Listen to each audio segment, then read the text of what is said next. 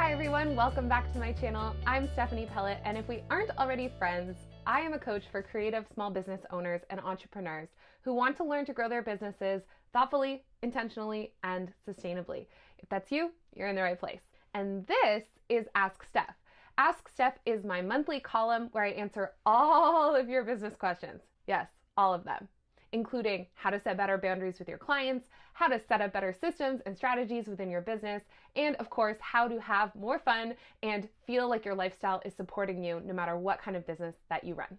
Our question this month comes from one of my clients. She writes, how can I write a business mission statement?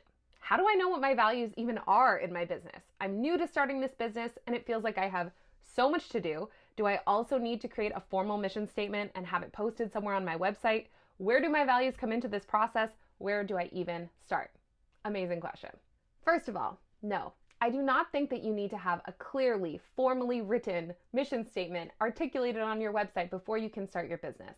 This feels like one of those things that we feel like we need to check off before we start, like getting business cards or having a professional logo done. And while both of those things are great, let's remember that the most important part of starting a business is the business part, exchanging goods and services for dollars. That's the most important thing. If you're doing that, you're good. That being said, I do think there are a few reasons why it would be important for you to start articulating your business values from the get-go. No, they don't need to be publicly facing for anyone else to read, but it's important that you have them for yourself for a few different reasons. Number one, they make it a lot easier for you to make decisions.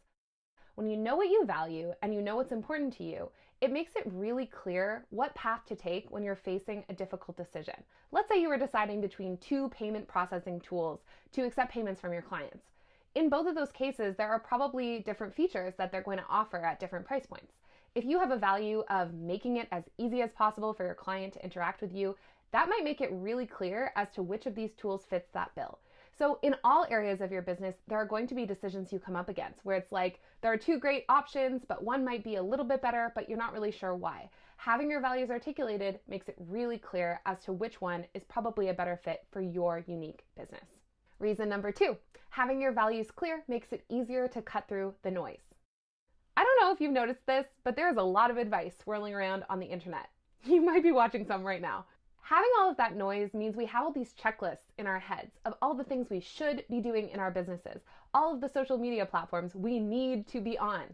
The fact is that that is not true. There is no such thing as a one-size-fits-all model of how to do business. I'm going to be the first one to tell you that. Everybody is different. The way you run your business is going to be different. And so having your values really clearly stated helps you to ignore what doesn't resonate for you. If there is advice coming at you that just does not align with the way that you see your life and your business, you can feel free to ignore that. Which brings us to number three. Number three is that having your values clear means that your decisions are easier, you can cut through the noise, and not feel guilty about it. And this is probably the most important reason why we might want to articulate our values up front. Because we don't want to feel guilty in our businesses. And having these really clear means that we have something to stand behind. It makes it easier for us to say, no, I don't do XYZ thing because that just doesn't align with my business values. That is not how I believe in doing business. Or yes, I always take a certain amount of vacation because that is in line with my business values. Having your values articulated means that we don't feel guilty about anything we do. And in case that wasn't enough to convince you, I'm going to read to you a passage from one of my favorite books, The 7 Habits of Highly Effective People by Stephen Covey. Such a good book. He talks about this concept of doing things by design or by default. He writes, in our lives, if we do not develop our own self-awareness and become responsible for our creations, we empower other people and circumstances to shape much of our lives by default. We reactively live in the scripts handed to us by family, associates, other people's agendas, and the pressures of circumstance. Yeah. I don't know about you, but I don't want to live by default, and I don't want to live by other people's scripts. By articulating our values up front, we get to live by our own scripts and make things happen according to our own rules. Okay, so I've convinced you that setting up your values from the beginning is probably a good idea. How do we actually do it? And this is the meat of the question, the meat of the sandwich, the meat of the question sandwich. There are 4 methods that I'm going to share with you today that should help you on this journey. Number 1, imagine the funeral exercise, or in the business context, a testimonial exercise. So the funeral exercise is also from Stephen Covey's book, and it asks you to imagine yourself at your own funeral. I know, I'm sorry. It's so sad. Imagine that all of the amazing people in your life have gathered together to give eulogies about you. What do you imagine them saying? What do you want them to say about you? Now, obviously in a business context, this is a little bit morbid. It still could be really helpful to be thinking in this way, so if it works for you, go for it. But if not, I would ask you to write the most dreamy, amazing testimonial that you can imagine from your dream client. Let's imagine that your dream client is Oprah. Isn't that everybody's dream client? Actually, take it back. That would be so intimidating. But picture your most amazing, dreamiest client and imagine that they've written you the world's best testimonial. They have hit on every point you can imagine. It makes you feel so good. It's everything that you've wanted to infuse into your business in one tiny paragraph. Write the paragraph. What would Oprah say about your business? What would your dream client say about how you work? What is it that you pay attention to? What are the details that you prioritize? What are the ways that you work with clients or deliver products that really set you apart? What do you do differently than any other business out there?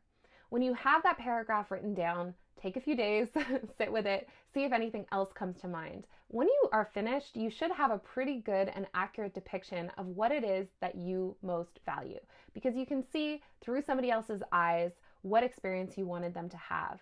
That way you can pull out keywords, pull out sentences, anything that helps you really ground into what is most important to you. Number 2, try writing a 6-word billboard. So I got this idea from the Happier in Hollywood podcast via Carla Hall, who was one of their guests. And Carla was sharing that this 6-word mantra is what really helps guide her decision-making in her life and in her business. Her 6 words are say yes, adventure follows, then growth. 6 little words, and yet this one mantra helps direct her energy and attention no matter what she might be working on. In your business, maybe it's helpful to have one or several mantras that really encapsulate what you care about most. Sometimes when we get into this idea of a formal mission statement, we're really thinking in a corporate way. But remember, this is your business and you can articulate your values in whatever way works best for you. Another variation on this process is to go through something like the Desire Map from Danielle Laporte. This is a book where she takes you through a process of choosing your core desired feelings in your life or in your business. I find it to be a really helpful exercise because at the end, you're left with a few words that really represent and ground you into what you really care about most and what you're most chasing in terms of that feeling. Remember, every goal we set is really a desire to get closer to a particular feeling. And so if we can follow the feelings, we can probably get closer to the life we ultimately want. Once you have the contents of your billboard written or those core desired feelings handy, I would highly recommend that you post them somewhere where you can see them. This could be your phone wallpaper background or a poster on your wall, a piece of art. No matter what the case might be, it's really helpful to have these values somewhere really visible so that we can actually use them when moving through our workdays. Number 3, study people you admire and decode what they're doing. So chances are there are a lot of people that you look up to in the business world. These are people you respect the way that they do business, you really admire all of their products and services and offerings, and you want to be a bit like them. One really helpful exercise is to actually strategically think about what it is that they're doing and break it down. What are the pieces of the puzzle that you want to emulate in your own business? And these don't have to be specific practices. They're usually values that you can interpret for your unique business. The outcome might not look exactly the same, but if you're operating from the same values, the outcomes will feel the same to your clients or whoever you're working with. I'll give you a great example. One of the businesses that I look up to the most is Wandering Aimfully, run by Jason and Caroline Zook. They are really thoughtful and intentional coaches that help other business owners to design businesses and lives that support them. So when I look at their business, I can see that they really value transparency. A really great example of this is when they were building the business itself, they did it in a very public way. They had a whole blog devoted to their business journey. They had YouTube videos that were their unedited business meetings. All of that combined shows me that they value transparency, and to be honest, that comes through in almost everything they do. No matter who it is that you admire, take the time to break down and study. What are they prioritizing in their business? What are they being really open and outspoken about? If there's something that resonates for you, chances are it might be something you want to incorporate into your own business values as well. This doesn't necessarily mean we have to incorporate the exact same practices or processes as these other businesses, but we can share values in common, and that can help us articulate them for our own businesses. Step number 4, make your values into a living document. Open up a Google Doc, open up a Notion page, find a way to put all of this information in one handy place. So yes, that means your testimonial, that means your core desired feelings or your billboard. Put in the values that you're borrowing or sharing with other businesses that you admire. Having all this information in one place makes it really easy to update on an ongoing basis. Because here's the thing, our values don't stay static. They're going to evolve and shift as we do. For example, when I first started my business, I knew that customer service was going to be something that I valued. However, over the years, I've really honed that. I've gotten more specific. Yes, I care about customer service, but more importantly, I care about customer experience. What is the experience that a customer has when interacting with me? How do they feel throughout the entire process? That has become the very specific value that I hold that I think sets me apart from some other businesses that I see in the market. No matter what the value might be for you, remember that it could shift over time or get more clear or get more specific. So having the values in a living document reminds you that business is all about experimentation and learning and growth. You don't need to have this all figured out up front. In fact, you probably will never get there. If you're waiting to have your business values fully articulated before you start your business, you're going to be waiting a long time. So create a document that holds all this information together and allows you to evolve and shift your business as you grow. So there you have it, 4 simple practices to help you get a little bit closer to knowing what your unique values are. I would love to hear from you. In the comments below, let me know, what are your unique business values and how do you embody them in all of your business practices and activities? I would also love to know how you came to know those values. Was it something that you knew instinctually? Has it shifted over time? What practices or habits have helped you get closer to knowing what your values really are? Drop your answers in the comments below because I would love to hear from you and learn from you.